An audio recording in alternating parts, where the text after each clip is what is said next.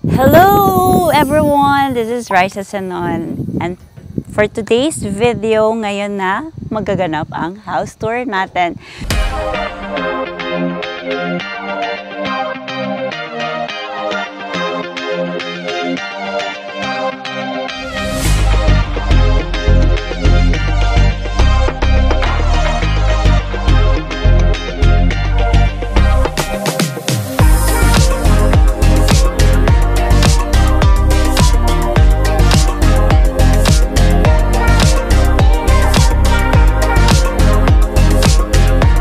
Sa sobrang tagal nyong inintay, ngayon na natin gagawin ang house tour kasi maraming nangyari.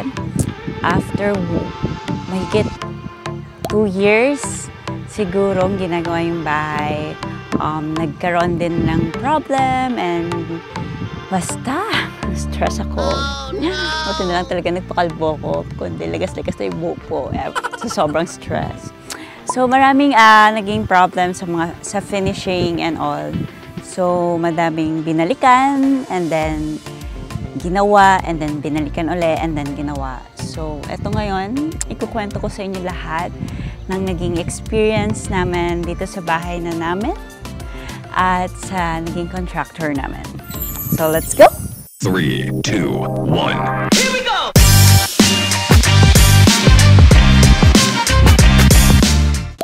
Tonight. Say hi. Say hi. Hi. Say hi first. Hi. Welcome to our house. Ayan. Ito ang aming living room. High ceiling ang aming living room. So, dinesign namin dito. Library siya. Wala siyang TV or anything. Music lang. And then, ito may piano si Night. Piano mo ito, diba?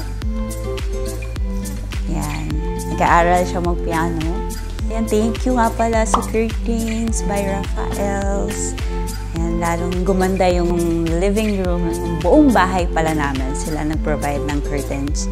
Ayan, dito kami. Minsan tumatambay ni Night-Night. Diba? Dito tayo tumatambay. Ito yung dining area. Ito yung dining table namin. Sobrang simple lang. Binigay ito ng Sir Paul Joyce Furniture. Thank you po. Sir Charles, hello po. Thank you dito sa dining table set namin. Sobrang ganda.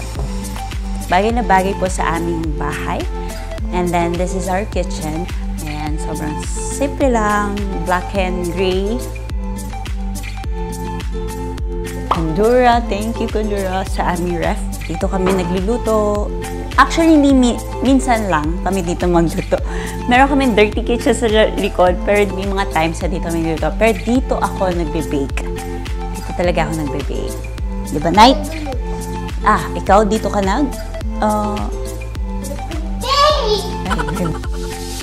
Tapos eto naman yung pantry namin.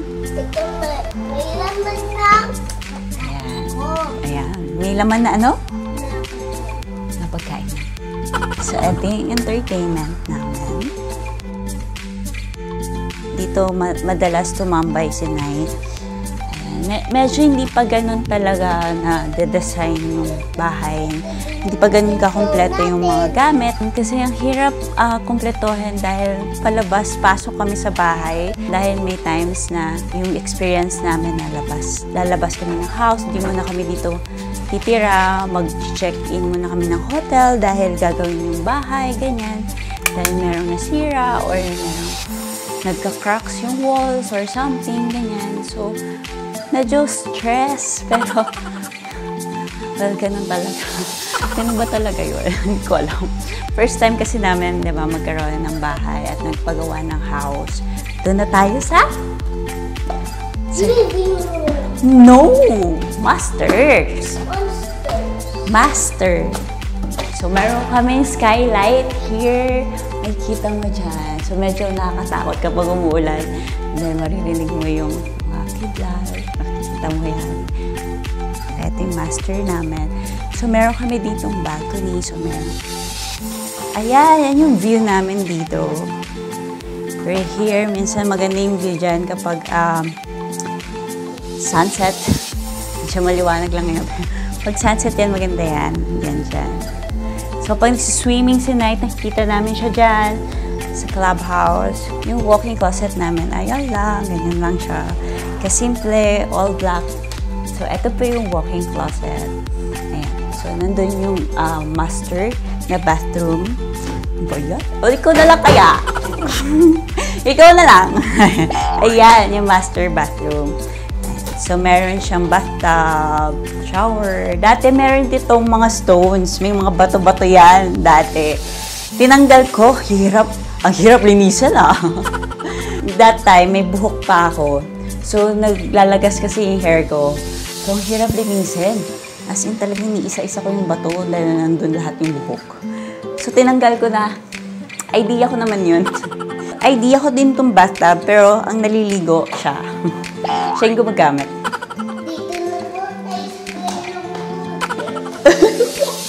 Hi guys! Ipakita ko sa iyo yung mga toys ko. Let's go? Let's go! Let's go. Ito yan. Ito sa second floor. Ito lang yung... Ito po yung second floor niya pa yung ano yung ito po yung... Sa pangit yung ito po yung... Ito po yung ano nyo. Ito yung ano yung mga toys ko. Wala po ako naiintindihan. Ito po yung bathroom, ito yung ito. Ito po. Ito po. Ito po yung mga books ko na activity books. Activity books. Books. Ito po. Mga stickers. Ayan. Ayan po. Thank you po, printery. Sa wallpaper ko. Ito po. Airplane. Paw Patrol. Ito. Kanina ko pa magte-thank you to all my Presents. Ninos and Ninangs. sa mga kids. Laylay the crocodile. Laylay the crocodile. Ito po yung blue kong dami. Ito po yung nabili ko sa rat. Sa rat. Sarah. Favorite ko to movie. Kasi po sa akin ito.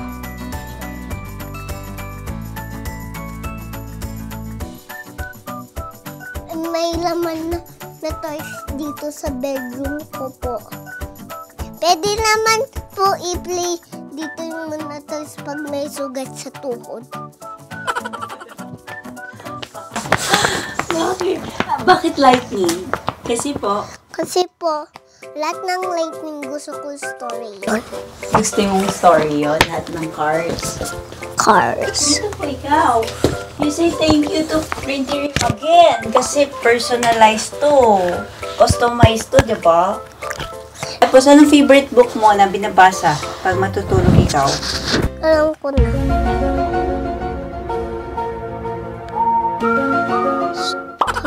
Horror Boys. Story for Boys. Where is it? Hindi ko mahanap.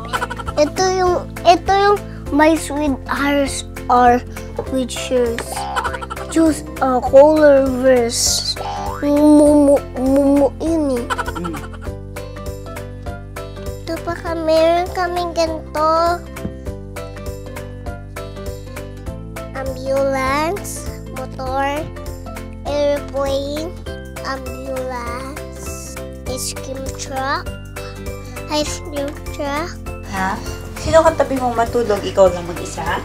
Hindi si Mami! Hindi pa tayo matulog. Yeah. Why? Ayoko eh. Kasi po? Kasi gusto ko po. May katabi ito. It's that. Yan, mahilig talaga siya sa books. Binabasa niya yung books. Pero invento niya yung binabasa.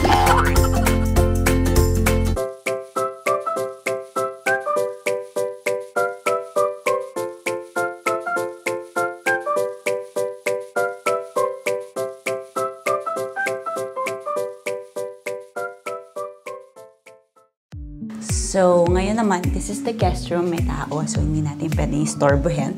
So, ngayon, dito naman, papakita ko sa inyo yung balcony. Okay, let's go. Ito yung balcony namin. Ayan yung view. Yan yung view namin. Sa labas.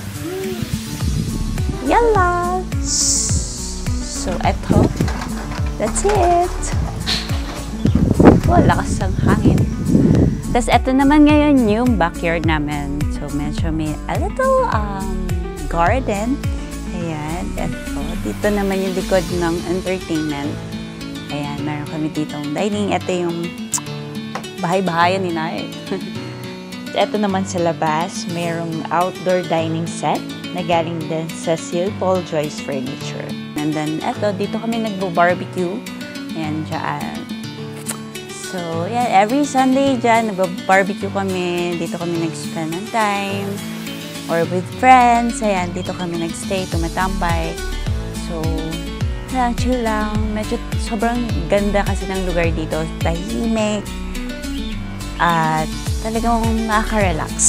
Mamaya, ikukwento ko sa inyo yung naging experience namin dito sa house habang ginagawa siya and dun sa contractors. At kung ano yung mai-advise ko sa inyo, saka yung lesson na natutunan namin after this experience.